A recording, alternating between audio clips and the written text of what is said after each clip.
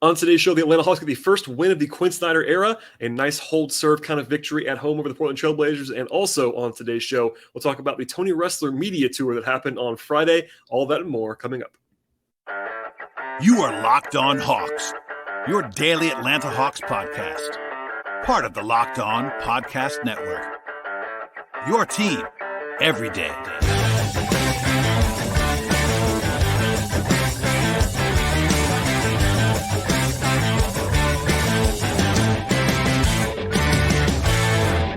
Hello, friends. Welcome to episode 1424 of the Locked On Hawks podcast. I am your host, Brad Rowland, coming to you on a Friday evening into Saturday here in early March. And I want to tell you at the top of the podcast to make sure that you've listened to our podcast each day. Make us your first listen, in fact, each and every day across podcast platforms, Apple Podcasts, Spotify. We're also on YouTube and anywhere you get your podcasts. And I also want to be sure that you make sure to check out the rest of the podcast from this week. It's been very, very busy the last couple of weeks, really, for the Hawks, from the Nate McMillan dismissal to the new hire, Quinn Snyder, to deep dives that I did with Tyler Jones and Glenn Willis in the last few days. And if you're a new listener, first of all, welcome aboard, but also catch up on the backlog. There's plenty to discuss. It's all still relevant at this point in time. And with that out of the way, we'll dive into what is going to be mostly a game breakdown episode as the Hawks get a victory on this Friday evening, 121-111. I will say, at the end of the show, I'm going to talk about Tony Ressler doing a media tour. The Hawks' controlling owner was certainly out there in the media, giving his own personal spin on things on this Friday. And if the Hawks had a less impressive performance, I probably would have opened with Tony on this podcast, but I promise I'll have that at the end of the show. But for now, we have plenty to discuss with this game itself. It's Quinn Snyder's first victory. He improves to 1-1 as the head coach of the Hawks, and the Hawks are now 32-31 again, above 500 at this point. And basically what I would describe as a taking care of business kind of win at home. Kind of a pretty similar spot, actually, to Tuesday, which I talked about at length at that point, where the Hawks lost a narrow game to the Washington Wizards. The Hawks were favored solidly in that game at home. It was one they had to get, and I talked about how nothing's a must-win, nothing's a terrible loss about that, but it was a game that they probably should have won. In this spot, it was almost exactly the same. The Hawks were 7.5-point favorites, according to our friends at FanDuel Sportsbook, and that was essentially the same number that it was on Tuesday.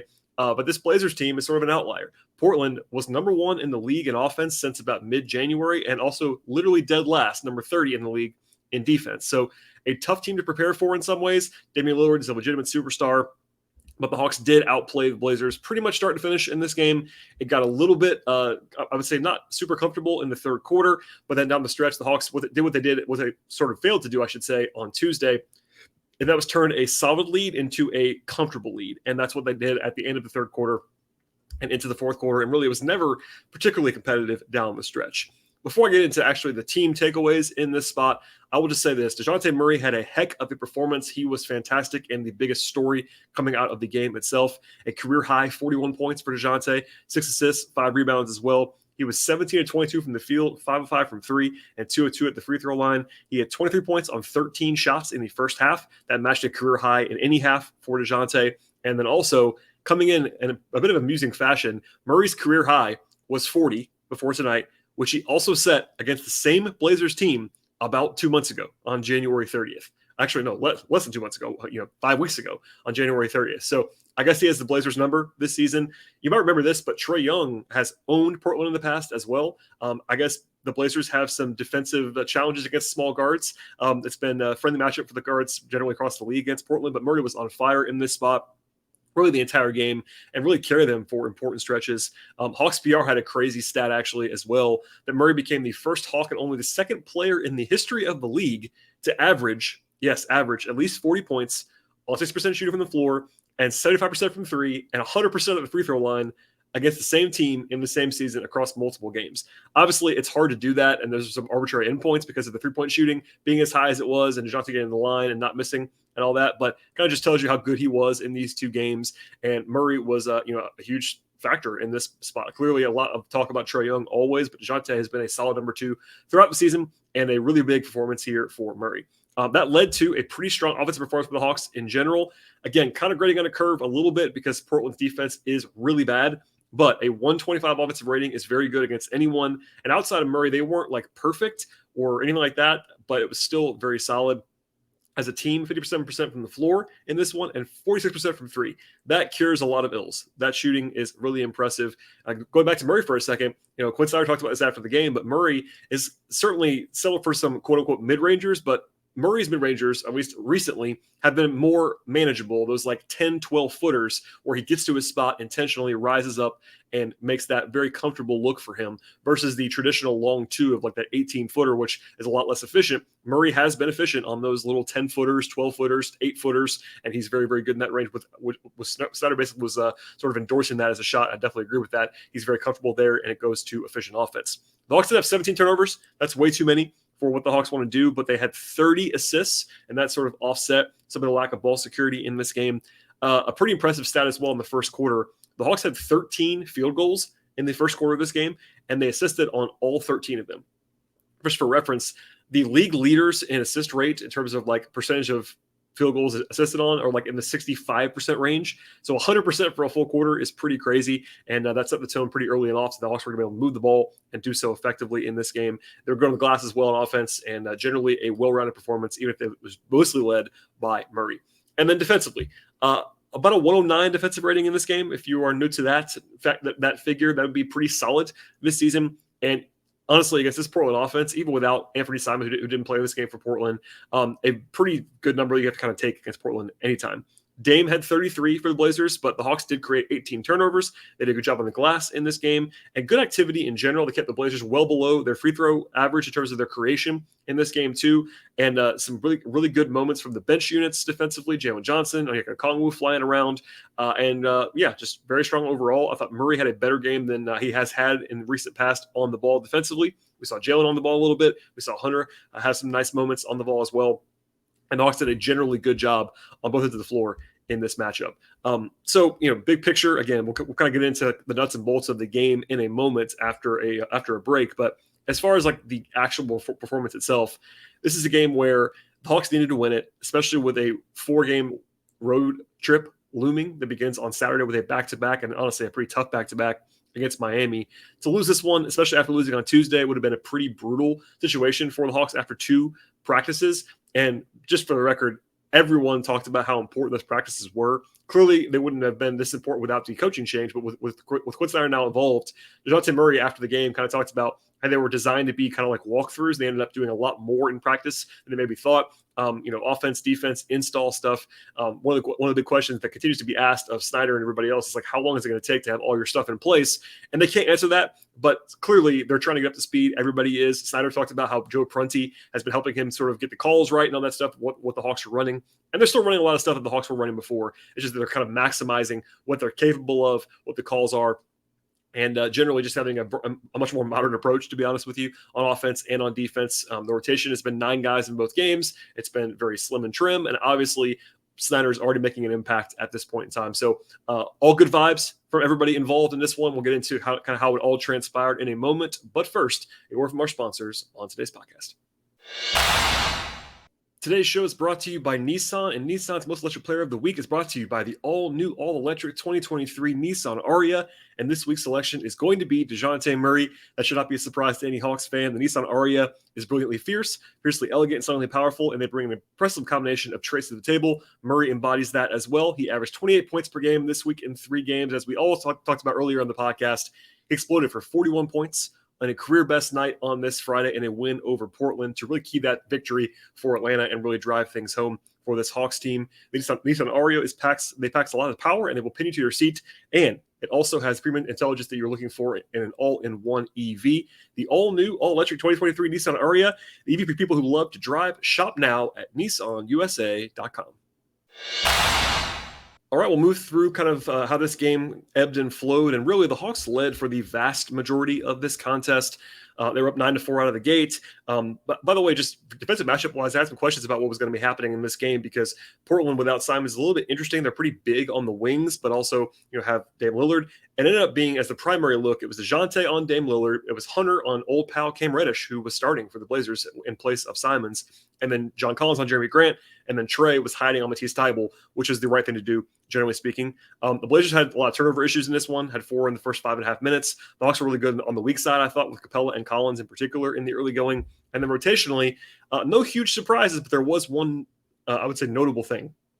It was Bogey for Trey as usual, then Bay and Okongwu, but then it was Jalen Johnson as the ninth man in this game in place of AJ Griffin. And we talked about this a little bit with Tower Jones. Again, if you missed that podcast, it went up on Wednesday evening. It's a fun conversation, definitely worth listening to at this point in time. But I kind of floated, Quinn Snyder's comments from the practices before that, and it seemed like they were going to be choosing between AJ Griffin and Jalen Johnson game for game almost, because it seemed like the other 8 guys that are sort of penciled in, and they decided, I think, rightly so, that Jalen was a guy who should be playing in this spot. I'd be trying to play both of them, to be honest with you, but I understand kind of alternating a little bit. And Jalen made I thought a real impact in this game. And I would say impressively and also notably, with the way the lineups broke down, they played Jalen a few times with Trey, Bogey, and Saddiq Bey, in addition to a center. And that kind of means that Jalen is the best point of attack defender on the floor in those lineups, which is kind of sounds crazy because Jalen's like a legitimate 6'10", 6'11", who's really power forward size, but he is the best perimeter defender of all those guys. Saddiq Bey, not great. Bogey, not great. Trae Young is Trae Young. So it makes sense, but like there were moments where he was guarding Dame Lillard on the perimeter, which might sound crazy, but it really isn't. Jalen is someone who I think is probably not the best, like the absolute best against a small guard, but is at least capable of doing that. And given that lineup, he should be out there on the perimeter making those kind of point of attack decisions. As for AJ, he got into the game at the very end in garbage time to keep his consecutive game streak alive. AJ's now played in 54 straight games. He hadn't had a DNP since November the 5th. He was well on his way. If the Hawks had not won this game as comfortably as they did, he would not have played in this game. And that's okay. I do think that I'd be trying to play AJ, but he's had sort of the rookie wall at this point in time, as Quinn talked about earlier this week. And I think it's okay to give him a night off. I will be trying to keep him up to speed for sure. I think his future is extremely bright. You want to play him. But given where they are now, if they're at full strength, which you can't necessarily rely on every single night the rest of the season, but if they do have full health, it is okay with me to give AJ a night off in this matchup, and we'll see if he ends up playing more as they go to Miami and then Washington this week. But almost had his consecutive game streak blocked at this point. There's a fun sequence late in the first quarter where Bogey actually blocked 2 shots in a row, and then it was a reverse dunk that was beautiful from Okongwu, and then the floor to go up by 13 points. And the Hawks basically led, I don't know, for the rest of the way at that point in time. The Blazers were 6 of 20 from the floor in the first quarter. That definitely helped. Again, the Hawks assisted all those buckets in the first quarter, and all 9 guys scored in the first period. Snyder talked pregame about some observations about players, and kind of one of them was about Okongwu, quote, repping it out, end quote, from 3 in practice. He did say on the record into a microphone he did not necessarily expect it to be happening tonight in the game, but coming out of a timeout in the second quarter, Snyder, it seemed like live, drew up a play for Okongwu, and then it was later confirmed to be the case. They drew up a play for Okongwu to shoot a 3, and he shot it and made it. It was his only attempt of the game, so it wasn't like they were like super emphasizing that, but it was a cool moment. And also after the game, Quinn kind of just laughed it off and said, look, he's been trying to work that out in practice, want to give him an opportunity, and that's just a little coaching moment that certainly is a good thing moving forward. Onyeka's not ready to be a bomber at this point for three-point range, but we've been seeing flashes for a while. His mid-range game looks good. His touch is really good. And even going back to the draft process, like I talked about it then, I know the Hawks did too, like they think he's going to be able to shoot long-term. We'll see. But obviously, it's kind of a small thing. It's only 1 shot, but they drew up a play for him. That does matter in the course of a competitive game, and he made it as well. A couple nice passes from Jalen Johnson in that stretch as well. They're up by 17 in the middle of the second quarter, and it looked to be kind of a comfortable point at that stage. And I will say the worst little hiccup of the entire game was late in the second quarter. A 13-2 run by Portland. A couple of bad possessions, honestly. 3 turnovers in like 4 possessions in a row. They had a bad mid-range from Saddiq Bey as well. I will say there was some officiating questions in that stretch. John Collins had a charge that should have been a 3-point play that was overturned. A couple of, I would say, tic-tac fouls on defense, generally speaking. But they were able to sort of withstand that despite foul trouble, because there were 3 fouls on Bey, Bogdanovich, and Collins in that first half.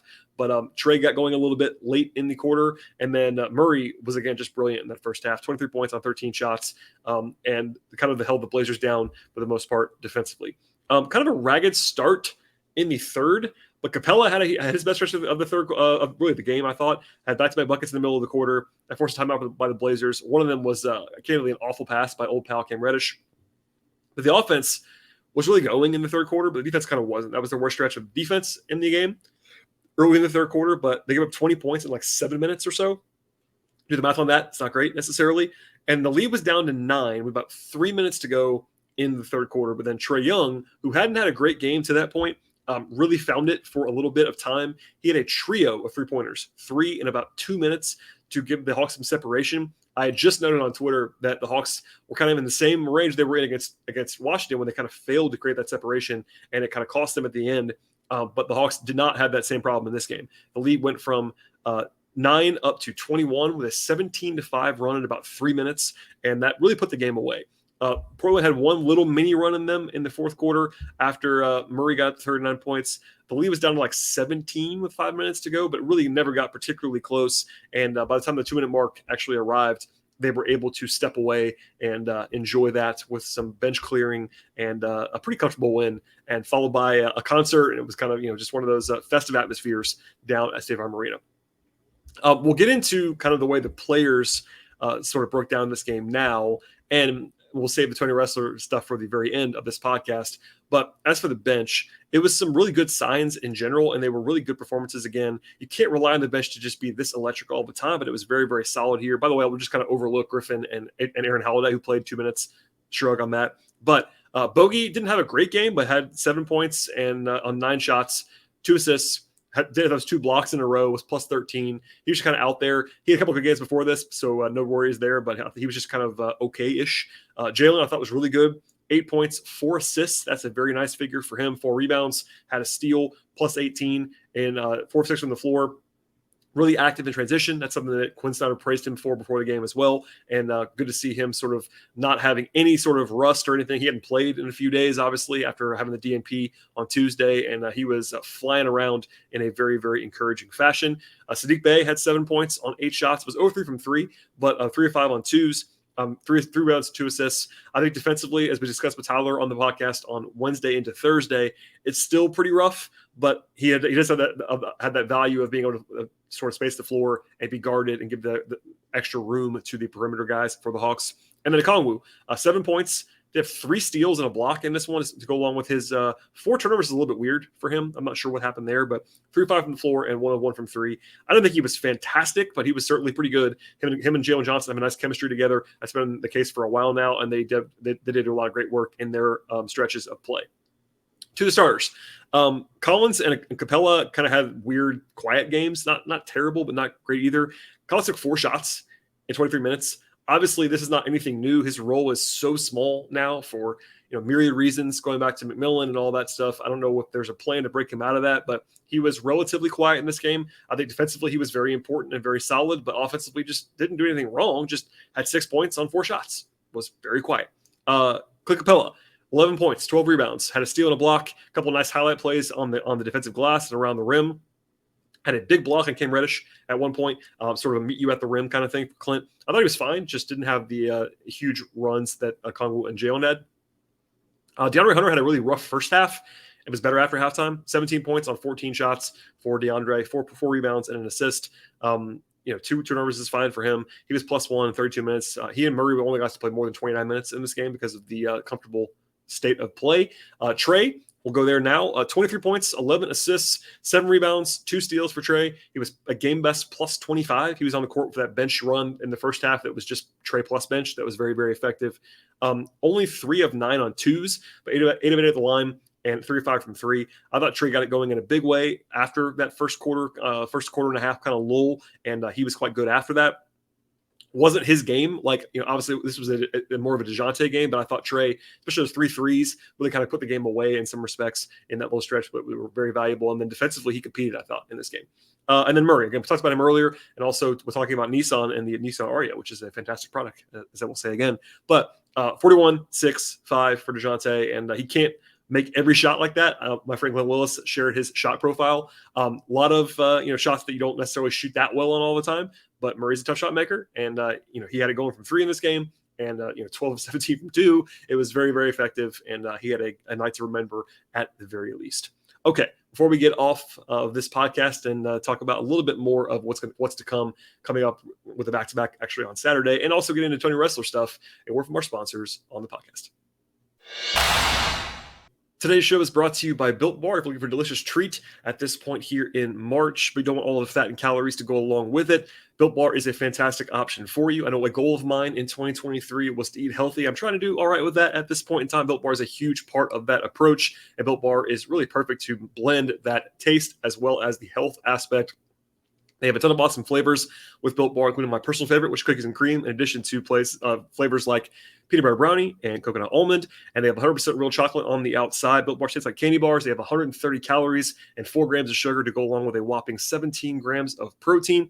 And you don't have to wait around and get a box that you're looking for right now with Built Bar for a long time. I'm going to tell you to get the Built Bars that you're looking for at Built.com. That is still an awesome option for you if you're trying to peruse the entire catalog of Built Bar. But if you want to get them right now, your local Sam's Club or Walmart have them in stock. That's right. Walk into Walmart and grab a box of Built Bars right now, or go to Sam's and get a 13-bar box immediately.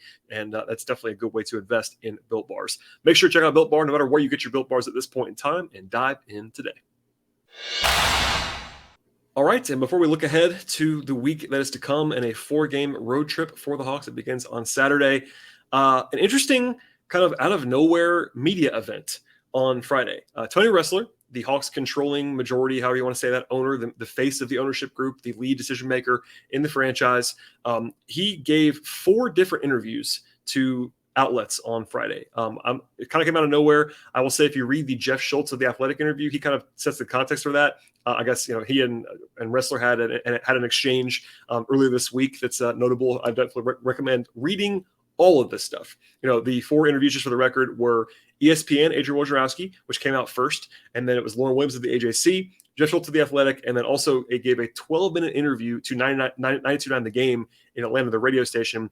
I will focus on that a lot because I was able to listen to the entire thing, whereas, yes, there was printed Q&As from Lauren and Jeff, but I was not there. I didn't actually hear that. Whereas 92.9, it's just there for all to see. It's available if you want to listen to it right now. You can find it. And I will say also, I definitely recommend reading all of it, especially the Q&As from Lauren and Jeff. Sort of the back and forth there is very interesting. Now, for those of you that are not in Atlanta that may not know this, 92.9 is the flagship station of the Hawks, so they have that partnership together. It's a relatively friendly atmosphere, obviously, and the interview basically started with them giving the opportunity to kind of just open the floor up to have Tony kind of say what he wanted to say. So that's obviously a pretty friendly meeting atmosphere, but still, I'll kind of go through my takeaways, my highlights of all of this stuff. A lot of it was repeated. I'll say that at the very top of this. Ressler had his talking points. He was going to share what he wanted to share. A lot of the words that were being shared, I think the biggest repetitive thing was the notion of better communication and collaboration with this new front office versus Travis Schleich. He didn't really use Travis's name other than with Jeff Schultz, but it was certainly the implication that was improvement with this new group. Anyway, with 92.9, Tony opened up by saying that the simple answer as to why he moved on from Schleich and kind of overhauled things, and now with Quinn Snyder, is that he quote, thought our basketball operations could be run better than it was, and I thought we could have far better communication and collaboration, which of course would lead to far better decision making, end quote. And he also said that he thinks the front office now is, quote, running much better than it ever was, end quote. And basically, the way that he frames it is that the front office with Landry and Kyle came to him. They wanted a coaching change, and he, quote, embraced it entirely, end quote. That's one little segment. So from there, about basketball decisions, one of the topics that's been out there for the last little while is like who's making the decisions in basketball operations for the Hawks, whether it's Tony, whether it's his son, which came up a few times in this media array, whether it's obviously Landry now or Kyle.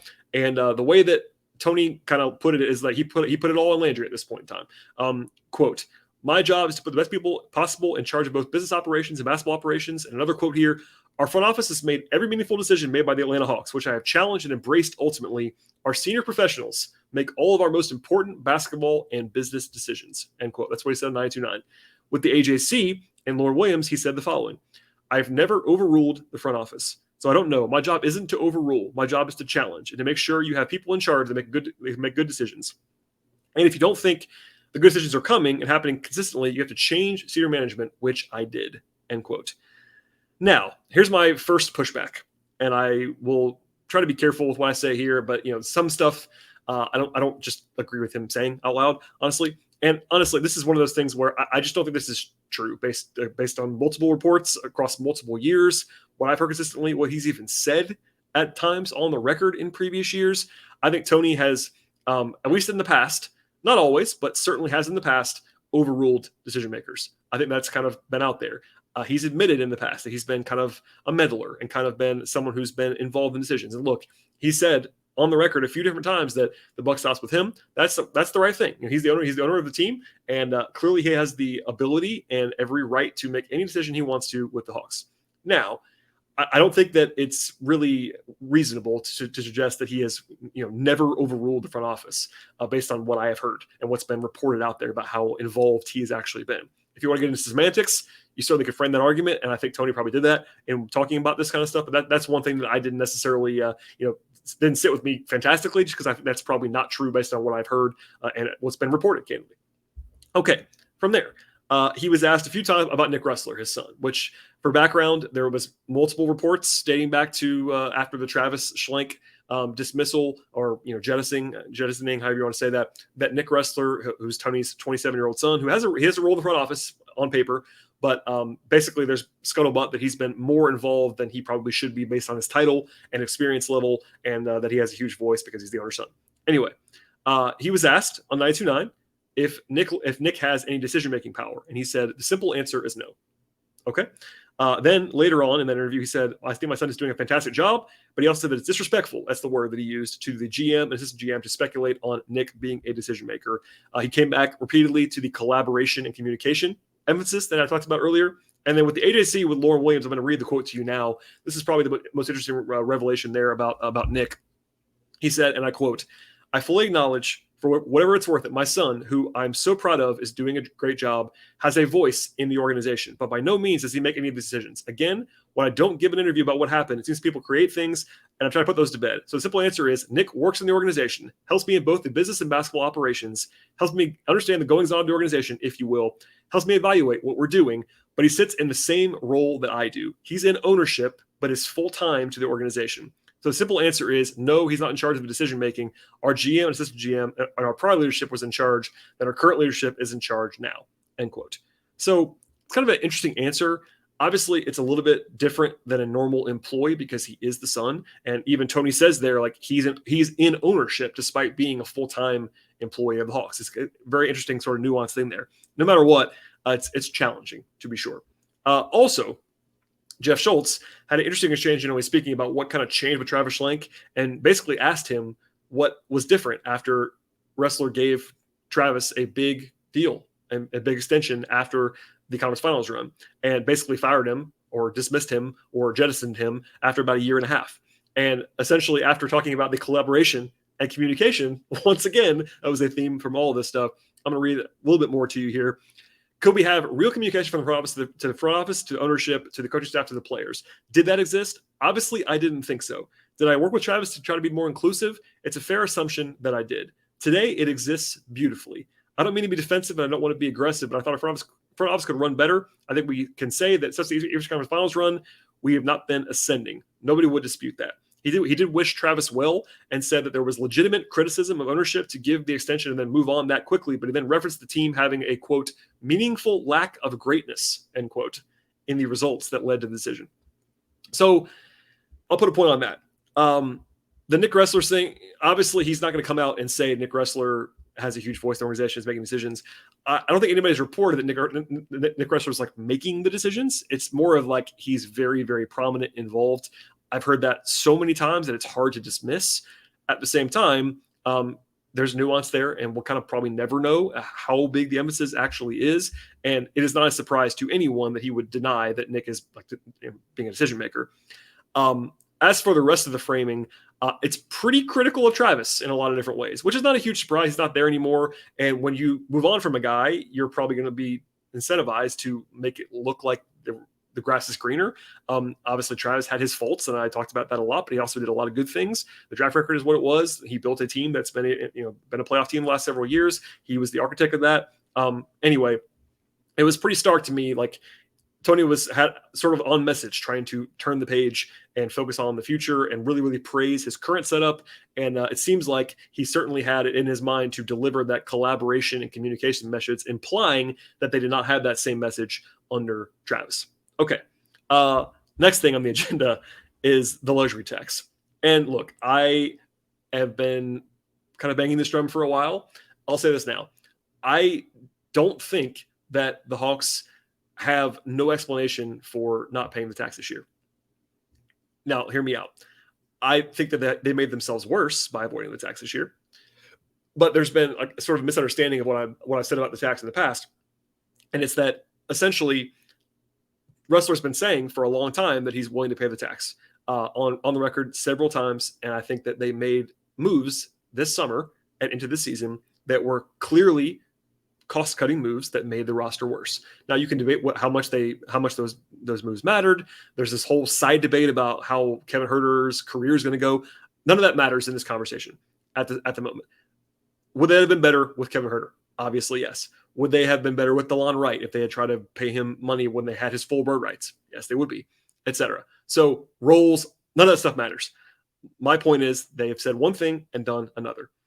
Now you get into sort of the money quotes of the day from Tony Ressler. Clearly, there's been a lot of smoke, and there'll be a lot of attention paid to what he said about the front office and the new setup with Landry and Kyle, and what he said about his son and Travis and all that stuff and his own leadership style. But here we go. Quote, Tony Ressler, on the radio today, "I've never in my life suggested we make a trade to get in or out of the luxury tax. So there should be no confusion, never," end quote. He went on to say that he is, quote, "delighted to be in the luxury tax for the right reasons," end quote. He also says, "I'm prepared to go into the luxury tax whenever our senior-most professionals think it's a good idea. Anything to the contrary would be untrue," end quote. Okay, so there's some semantics here. Some Hawks fans pointed this out too. I had the same thought. I've never in my life suggested we make a trade to get in or out of the luxury tax. Is an interesting way of framing that. Could that mean that he's saying that specifically because he just said, "Look, Travis," or "Look, Landry, we want to get under, and I'm not going to tell you how to do it, but I'm not paying the tax"? That's probably more likely what happened than Tony saying we must trade player X to get under the luxury tax. I think it's much more hey, lead decision makers, Travis, now Landry, I'm not paying the tax this year. Get under somehow. There you go. Anyway, the way I framed it on Twitter, and I'll say this now, just it's sort of sarcastic, but it's also true, that it seems like a bizarre coincidence that every move the Hawks did in the last 6, 8, 9 months just kind of happenstance put them under the tax. Front office personnel. So, if you are anti-Travis, let's say, and pro-Tony, you might, I saw someone that says to me actually today, like, so you're telling me that Travis Schlenk did all this on his own.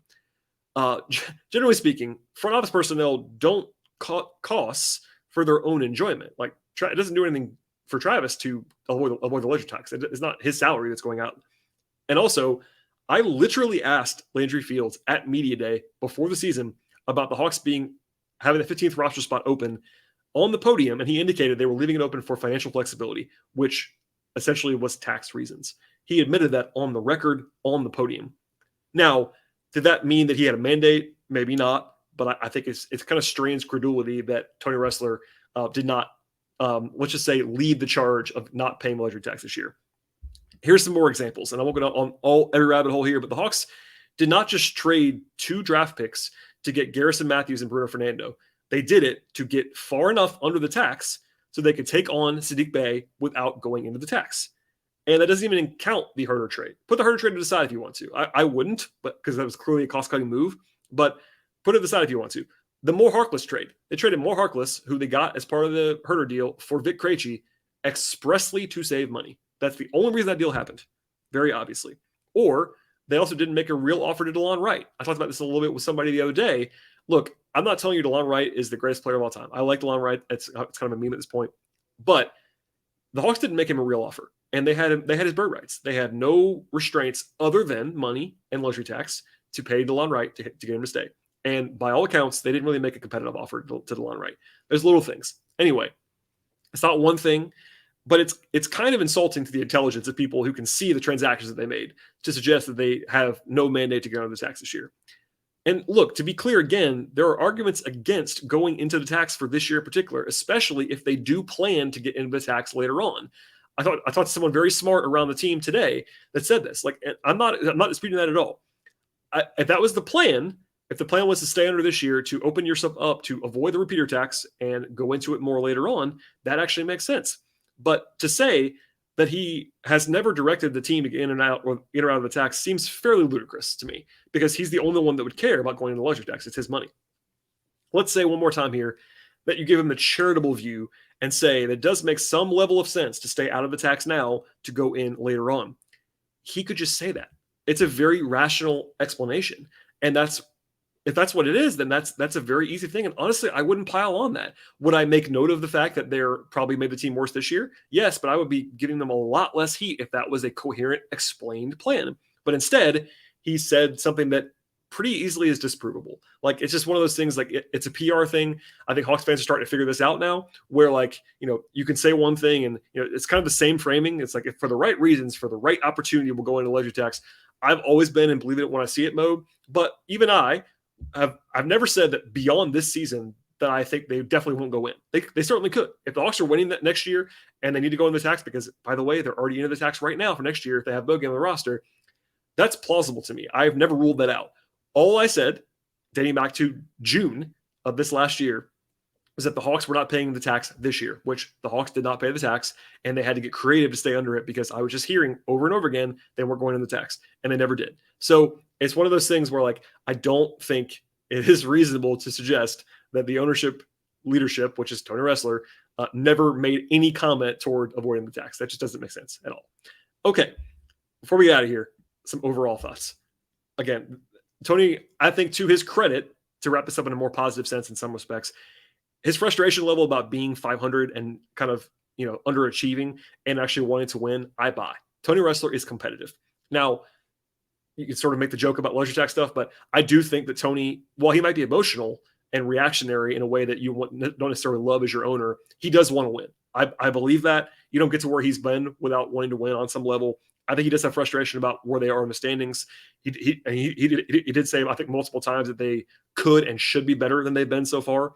He's optimistic because of the new structure and all that stuff, but certainly I do buy that he is frustrated and they want to win, because look, there's been lots of internal pressure that I've talked about and reported on about how the Hawks have these conflicting messages. Like, let's just use John Collins as an example.